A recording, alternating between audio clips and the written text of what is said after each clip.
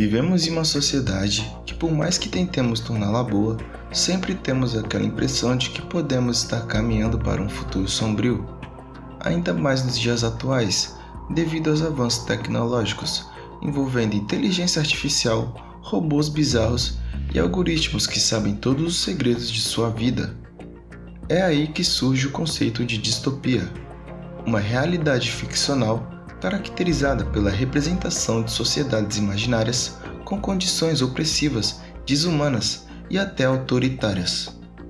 Muitas obras como livros e filmes foram produzidos baseados nesse conceito distópico.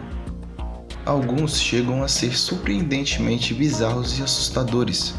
Outros podem refletir o que nós vivemos hoje. Esse iceberg eu encontrei nos confins da internet e cada camada dele representa uma sociedade. E alguns exemplos podem conter duas sociedades juntas por serem obras semelhantes. Seja muito bem-vindo, eu sou o Zion e hoje nós iremos nos aprofundar no iceberg dos futuros distópicos.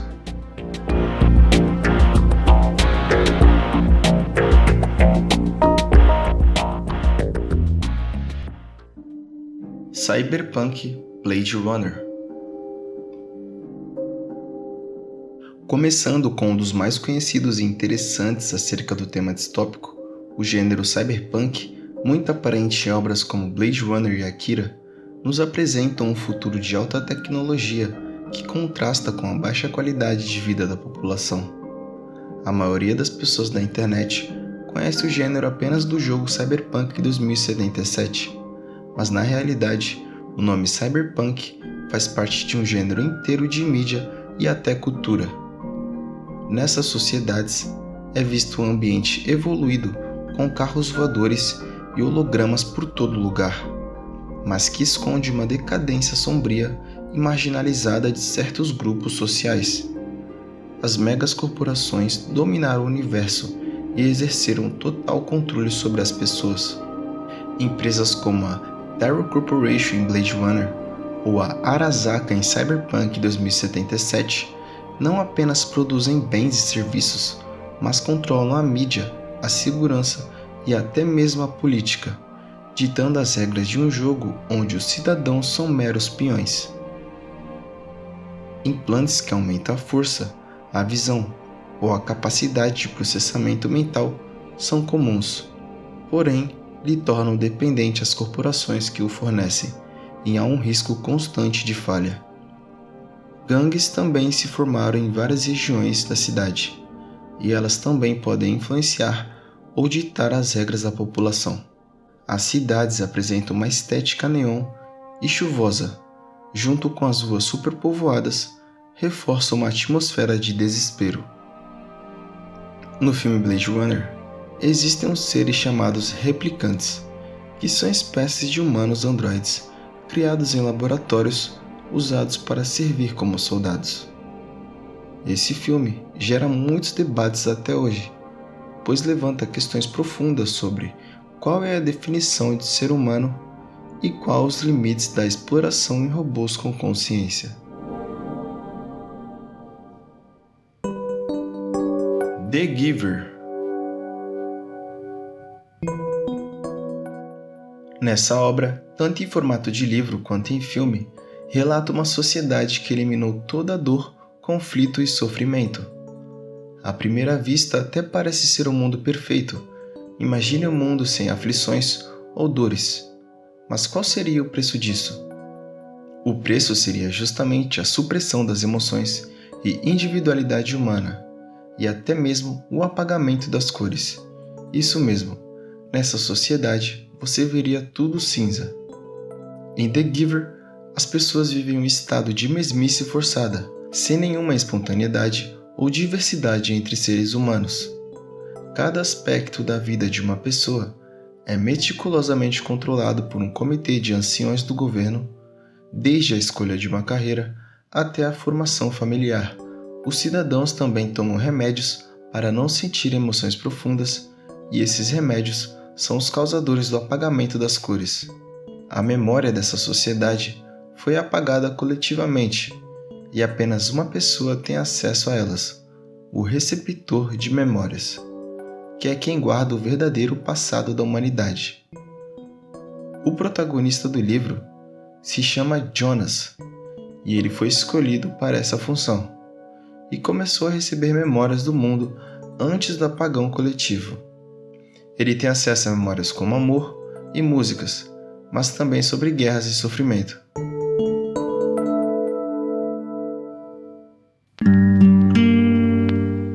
Mad Max Waterworld.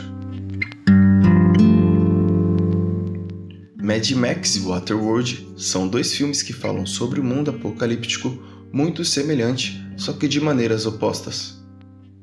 No mundo de Mad Max, há uma enorme crise energética de petróleo, o que levou a humanidade a brigar entre si por esses recursos, até que as armas nucleares destruíram a maioria das civilizações na Austrália, deixando todos imersos em um terrível deserto com muita pouca água.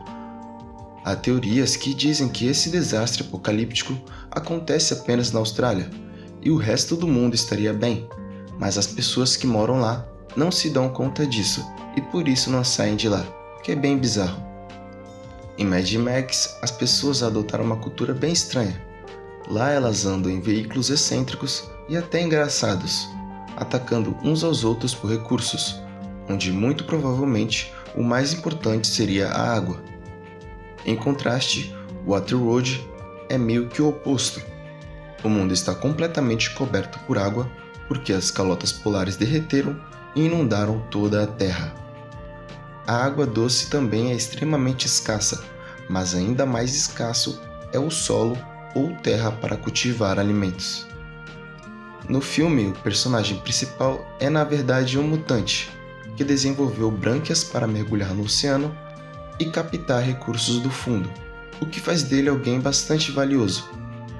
Ambas as obras exploram a resiliência humana diante de um colapso ambiental, mostrando como a escassez faz a civilização perder completamente a noção de moralidade.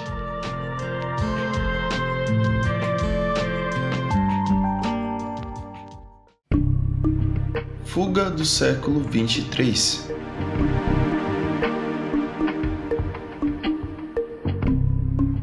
Fuga do século 23 é uma adaptação cinematográfica dos anos 70 e aparenta ser uma das distopias mais intrigantes visualmente falando. Nessa sociedade, os humanos vivem isolados do mundo exterior em uma gigantesca cidade futurista protegida por uma cúpula. A humanidade foi informada de que o mundo lá fora foi devastado por um cataclismo nuclear, tornando-o tóxico e venenoso. Dentro da cúpula, a vida parece ser uma celebração contínua dos prazeres. Não há doenças, preocupações financeiras ou a necessidade de trabalho manual, pois tudo foi automatizado. O sexo é livre e 100% do tempo das pessoas é para o lazer. A única preocupação dos cidadãos é desfrutar da vida. Contudo, essa liberdade é uma ilusão totalmente arquitetada pelo sistema. A ausência de responsabilidades e compromissos de longo prazo, como casamento, criação de filhos ou carreiras duradouras, mantém a população em um estado constante de imaturidade e ignorância, o que os torna muito fáceis de controlar. Quando as pessoas da cúpula atingem a idade de 30 anos, o cidadão é obrigado a participar de uma cerimônia ritualística. Nessa cerimônia, eles flutuam em direção ao céu em um espetáculo de luzes e som, sob a crença de que serão renovados para uma nova vida. Na realidade, eles são sumariamente exterminados.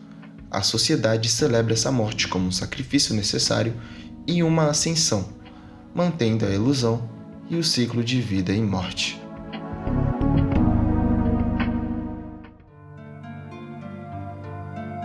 1984. 1984 de George Orwell é o arquétipo da distopia de controle totalitário em um dos livros mais influentes do século XX. Na sociedade de 1984, um regime totalitário liderado por uma entidade governamental chamada de Partido impõe controle absoluto sobre todos os aspectos da vida das pessoas em uma nação fictícia chamada de Oceania. A Oceania é uma oligarquia de governo tirânico e apenas um pequeno grupo de pessoas desse partido tem poder absoluto sobre o sistema socialista inglês, personificado pela figura onipresente e misteriosa do Grande Irmão. A vigilância constante e invasiva ocorre através do que o livro chama de teletelas, que observam cada movimento e palavras dos cidadãos, mesmo em suas casas. Muitos especialistas destacam a genialidade do escritor em prever o surgimento das televisões no futuro, tendo em vista a época que ele foi lançado, em 1949. O pensamento das pessoas é policiado pela nova língua, uma linguagem projetada para limitar a expressão e, consequentemente, o pensamento crítico, eliminando palavras que poderiam expressar ideias subversivas. Conceitos como guerra é paz, liberdade é escravidão e ignorância é força são martelados na mente dos cidadãos através do duplo pensar, a capacidade de aceitar duas crenças contraditórias ao mesmo tempo, sem questionamento. O partido usa o duplo pensar como forma de manipulação, pois duas palavras são usadas como crenças verdadeiras, ainda que tenham um conflito óbvio entre elas. Na Oceania, ter uma opinião diferente, que não se alinhe totalmente com a opinião do partido, é um crime de pensamento punível de morte. A obra de George Orwell é um alerta atemporal sobre os perigos do autoritarismo, da manipulação da informação e da perda da autonomia individual, mostrando o quão frágil pode ser a realidade quando manipulada pelo poder.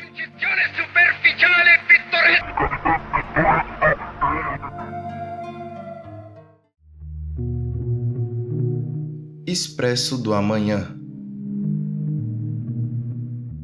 E se o mundo inteiro congelasse e as pessoas começassem a viver em um espaço confinado, onde a própria existência dependesse de um sistema rígido? Em Expresso da Manhã, os últimos sobreviventes da humanidade vivem a bordo de um trem gigantesco em um movimento perpétuo, que circula pela Terra congelada após um experimento falho para combater o aquecimento global ter mergulhado o mundo em uma nova era glacial apocalíptica. Dentro do trem, uma rígida estrutura de classe se formou, refletindo as desigualdades do mundo exterior. A elite vive no luxo dos vagões da frente, desfrutando de comida fresca e entretenimento, enquanto os mais pobres sobrevivem em condições miseráveis na cauda, amontoados em compartimentos escuros, comendo barras de proteína feitas de insetos. O trem pode ser uma referência micro da nossa sociedade, uma metáfora sobre a desigualdade nos dias atuais. A razão pela qual as pessoas continuam no trem é porque ele não pode parar e também está viajando muito rápido. E se ele parasse por algum motivo, o motor congelaria e todos morreriam de frio. É interessante pensar sobre Expresso da Manhã, pois essa sociedade distópica revela que mesmo em um cenário apocalíptico, as estruturas de opressão podem persistir. Além disso, há uma teoria na internet que diz que o Expresso da Manhã se passa no mesmo mundo de A Fantástica Fábrica de Chocolate. Alguns fãs apontam semelhanças visuais e sonoras entre os filmes, e dizem que Charlie seria o inventor do trem no futuro. A Máquina do Tempo. Um homem vai para o futuro usando uma máquina do tempo caseira que ele próprio construiu. O viajante vai para o ano 800.000, onde a humanidade se dividiu em duas espécies distintas, resultado de milênios de hierarquização social, ou seja, a sociedade se dividiu tanto que chegou ao ponto de ter duas espécies diferentes. Na superfície vivem os Eloi, descendentes da antiga elite rica. São criaturas belas, dóceis, infantis e passivas, que vivem uma vida de aparente lazer e despreocupação em um paraíso tranquilo, sem a necessidade de trabalhar ou pensar profundamente. Já no subsolo, vivem os Morlocks, descendentes da classe trabalhadora.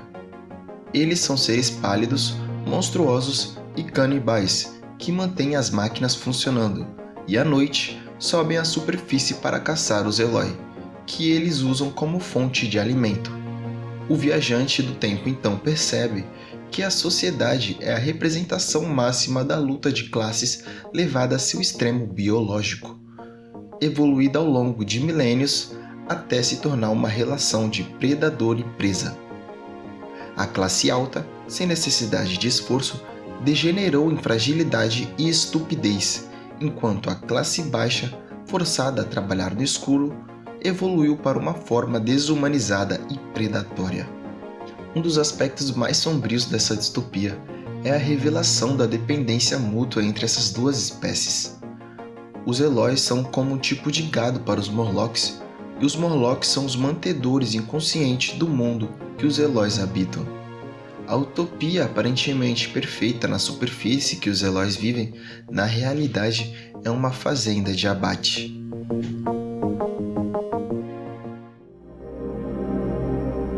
Soylent Green.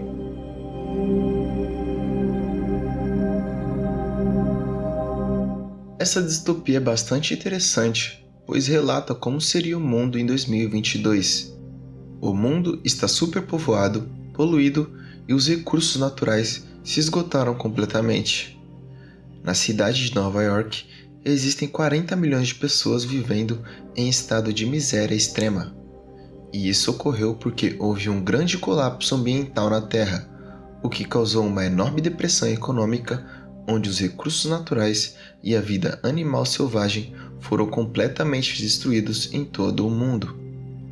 É por isso que as pessoas estão, na sua maioria, desempregadas, vagando pelas ruas sem rumo, onde gigantes caminhões misteriosos aparecem e os pegam levando-os embora, como se fossem animais. A comida de verdade é um luxo para a elite, enquanto para as massas, a poderosa corporação Soylent fornece wafers nutritivos. O mais popular é o Soylent Green, que é o nome do filme. É uma bolacha que seria supostamente feita de plâncton do oceano. O mais bizarro é que durante a trama se descobre que Soylent Green é feito de carne humana. Essa distopia mostra as facetas de um colapso ecológico que culmina para um desfecho perturbador e sinistro, onde a humanidade se torna, literalmente, o seu próprio alimento. A dignidade humana é completamente aniquilada em nome da sobrevivência da espécie, e a vida individual perde todo o valor. O filme gera muitos debates sobre a superpopulação, a poluição e a exploração desenfreada dos recursos do planeta. Ainda bem que o nosso futuro é bem diferente de Soylent Green. Eu espero.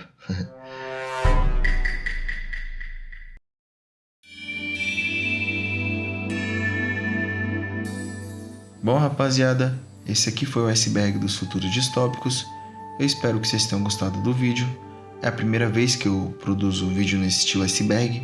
Então, se você gosta desse tipo de conteúdo, clica no botão de gostei e se inscreve no canal para estar acompanhando as novidades. Valeu então, falou e até mais.